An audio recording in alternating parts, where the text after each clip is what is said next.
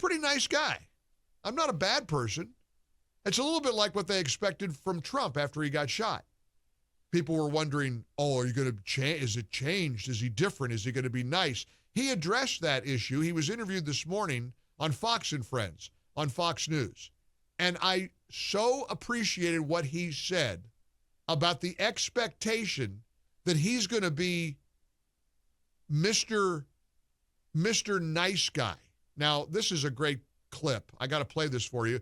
And by the way, can I please address a text message I just got from Georgia about how Salem News Channel is advertising a DEI t-shirt. No, it's not a DEI t-shirt. Look at the ad. It is a play on the word binary. It's Bidenary. It's mocking the DEI movement. So people are all fired up, and they keep writing me about this commercial that runs on Salem News Channel promoting these T-shirts that make fun of diversity, equity, and inclusion, make fun of the whole binary conversation, and the shirts say Bidenary. Bidenary. Get it? They're making fun of binary and DEI. Gosh, it's a crazy. People see things or hear things, and it's like maybe you listen with half an ear or watch with half of one eye. I mean, I'll say something sarcastic, and somebody will write me, you said blah, blah, blah, blah. Can't you tell I'm kidding? Don't you know sarcasm or humor or satire? Jeez, oh, Pete's. All right, 22 before the hour. Here we go. This is Trump. Maybe I'm not such a nice guy. And he definitely isn't going to be a Mr. Nice Guy after getting shot, as he explained on Fox and Friends this morning. I get a kick out of one thing. They say, sir, be nice. You just got hit with a bullet. Maybe he's changed. Be nice. And I'd love to be nice, but I'm dealing against real garbage. When you hear that, they've weaponized the justice system against me. They've indicted me 4 times. They've pushed other lawsuits onto me. It's never happened in this country. This is like a third world country, what they've done, a banana republic. Every single court case that I have is pushed on by them. They've taken the Justice Department, used local DAs, and used local attorney generals. Every single case I have, and I just won the big one in Florida, that Biden didn't win. What happened to Biden is they called him incompetent. He can run for president, but he's incompetent to represent himself in court. But just so you know, they push all these cases on me. They're the ones that started. And then they say, I'm a prosecutor. He's a criminal. They're the ones. Every case is started by them. He's right. And what a fantastic common sense, down-to-earth take. They tried to kill me, and you want me to be nice? They've tried to put me in jail. They've attempted to bankrupt me. They've tried to destroy me, literally. And you want me to be nice? That's Trump. Our buddy Joey Hudson was in Charlotte. We want to check in with Joey today. He went to the Trump rally in Charlotte, where Joey called me in the afternoon. He said, Mike, I don't think I've ever seen this many people in one place in my life. I've got a caller from Louisville who is a self-proclaimed rhino and wants to see if I'll answer the question, why should I vote for Donald Trump? Why should a rhino, which of course means Republican in name only, vote for Trump? This should be fun. Hello, Mike in Louisville.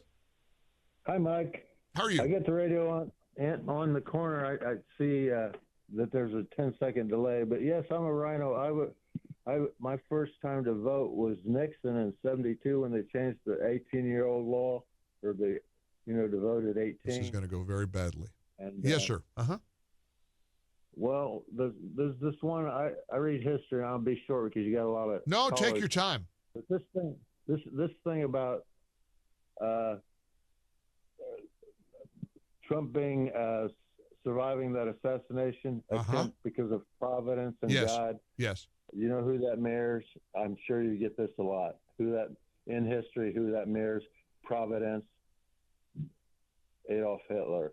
But anyway, yeah, I think.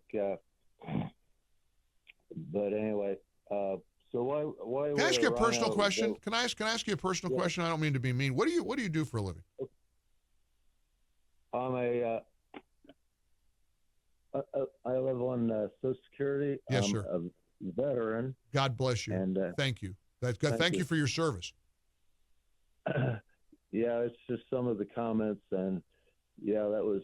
And I don't think this was a conspiracy. I think it was just a loner. Yeah, just a lone guy. nutcase. Did the guy try to kill Donald Trump? Yes. Okay, so what was the comparison to Hitler? I didn't quite follow you there, Mike. Well, it was about Providence, which that's what Adolf Hitler. He survived all his assassination attempts, and now Donald Trump is. Hitler survived Well, assassination attempts, and that was Providence, but Trump is not. I'm not. No, I'm saying, well, if you get, Do you think that Trump is I'm Do you think Trump's like Hitler? no, using that phrase, I'm a Methodist, but I You're a believe in Methodist. separation of church and state, and I Oh, know okay. there's a big thing about this country was I got created. you. Hey, let me ask you. We are a little bit up against the clock. So let me ask you a direct question. How do you think the country's going right now, Mike? What condition is the country in right now, Mike? Lousy, with all the millions of illegal aliens, Right. who they let anybody in, Right. trying to get. And so you're doubting why you should vote for Donald Trump when you know that we've been overrun by an army, a cavalcade, a tsunami of illegals, and you know how Trump wants to fix the border and was fixing the border. You have a doubt about whether or not to vote for him, Mike? Well, the problem is no doubt because I can't vote right now because I don't have valid ID. Oh boy. Okay, Mike. Thank you, sir. God bless you. Thanks for your service. I tried. I really did. Gave it my best shot. You can't take away my effort to at least try. Our correspondent at large and frequent guest host, Joey D. Hudson, made the journey to Charlotte, which is just about an hour and a half north of his beloved upstate of South Carolina. Mr. Hudson, you called me in the afternoon, and while we're on the phone, because you're telling me about the rally, you said, Mike, they're dropping like flies. They're fainting left and right. It's about 100 degrees out here. I thought, oh no, the humanity. Tell me about the whole experience, because a lot of people showed up to see President Trump yesterday. Well, it's not funny that people were passing out, but I mean, it was just crazy yesterday as thousands and thousands of people, you see them there if you're watching on the Salem News Channel. Mike, I got there around 1:30 yesterday afternoon, and the primary parking area for the Bojangles Arena was already full. Already thousands of people who'd been there since some 6, 7 o'clock in the morning for the doors to open at 2 o'clock. Once the doors opened at 2, there was a steady stream of people going through security to get in. I'm told the capacity of the arena is 8,600 for a normal event. That doesn't take into effect that they were using the floor of the arena yesterday. So I never heard an official number, but I would assume you could probably have gotten 3,000 or 4,000 more people in to sit on the floor, and people were turned away. Some people were disappointed, but they just kind of hung around out front. But yes, it was hot, and I don't do very well with heat. No, I don't either. I'm glad you were there instead of me. We're living vicariously through you, Joey. You and I went to this rally in Wilmington, North Carolina a couple months ago, and it was storm clouds moved in, and right before President Trump was scheduled to land, they made the decision that they couldn't land the plane because it was too dangerous. So he addressed the crowd from the cockpit of the plane, which is pretty cool. I mean, he made an announcement. It was all over the speakers. But Joey, I was so riveted by the reaction of the crowd. Nobody booed, nobody moaned, nobody yelled. Everybody just kind of said, oh, too bad, and they filed out. And then I thought about our experience in Wilmington and compared it to the reaction in Butler, Pennsylvania, when he was nearly killed. During the assassination attempt, despite Trump being shot, despite Corey Comprador being killed, that crowd didn't stampede. They didn't panic. They didn't freak out.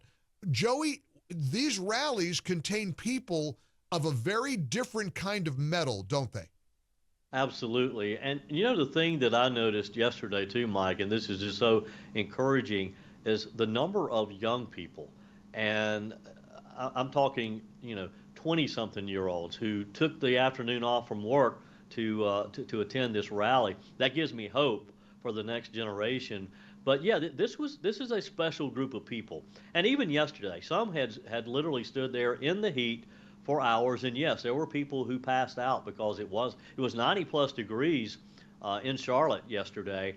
And when you're compressed with thousands of others in an area like that, it can get much heater, particularly on a paved area. But nobody complained. Even those who had waited for hours to get in, who were not able to get in, no complaints. They just kind of hung out, talked among one another, and that's the kind of people that you see at these Trump rallies. Well, give us an example of somebody you met waiting to get in to see President Trump last night in Charlotte. Well, I literally talked to hundreds of people yesterday, and it's fun to do. Just to, why are you here? I basically asked them the same question. Number one, why would you come in 90-degree weather to wait out here and to see President Trump? Why are you here, number one? Number two, what do you think about J.D. Vance as the vice presidential nominee? And number three, does it change things now that it appears that Kamala Harris is going to be the Democrat nominee? I happened to meet Richard, and I'd like to share what Richard's comment was on why he was there, what he thinks about J.D. Vance, and what he thinks about Kamala. Following President Trump for a long time, I appreciate what he does. I love his passion for this country and his dedication to the Americans. He doesn't have to do this. He does this because he loves this country. I think J.D. Vance is an excellent running mate for President Trump. I just watched his documentary that was made several years ago on Netflix, and what a great story J.D. Vance has, and what another great committed American. Kamala Harris is probably, it would naturally be the one you would think to be running against President Trump now that Biden is out. I don't think she's much of a threat. She's going to get a little more of the African-American, maybe the female vote, but I think Trump is strong, and he's got a great following, and he's going to prevail. And Mike, that was the overall theme. People just aren't concerned with Kamala Harris if, in fact, she becomes a Democrat nominee. I wish I could be 100% convinced that they're going to keep her, but when the polling, I don't know what the polls are going to look like. They still show Trump mostly with the lead. There was one poll that shows her with, I think, 1 percentage point advantage. CNN poll came out yesterday after the Biden announcement. Trump is up by 3, I think 46 to 43. I don't know how you feel, but I'm not sure they're going to stick with Kamala any more than they were ready to go down with Joe Biden. Well, and that's why we just have to keep our fingers crossed that in the next few weeks that the Democrats don't wake up and realize that that she's not the ideal candidate, because we need her on that ticket. Joey Hudson in Charlotte, North Carolina, our correspondent at large, and guest hosting for me, because barring a meteor striking the planet Earth next week, I got to get a few days off because I'm tired. You know what I mean? I understand. We're going to have some fun next week. I know you will.